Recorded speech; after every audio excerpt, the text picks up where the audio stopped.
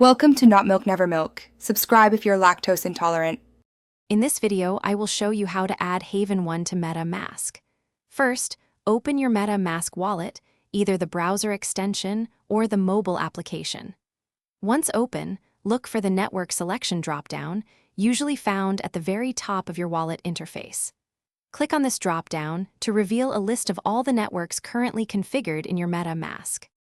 Next, you will need to add a new network. Scroll to the bottom of the network list and select the option that says Add Network. This will open a new window or tab.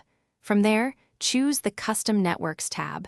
This is where you will manually input all the necessary details for the Haven1 network.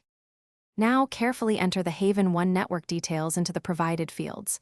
For the network name, type Haven1 mainnet. The new RPC URL is https://rpc haven1.org. The chain ID is 8811. The currency symbol should be H1. Finally, the block explorer URL is https://explorer haven1.org. Double-check these entries for accuracy. Once all the Haven1 network details are entered, click the Save button. MetaMask will then add the network. After saving, ensure that Haven1 mainnet is selected in your wallet's network dropdown.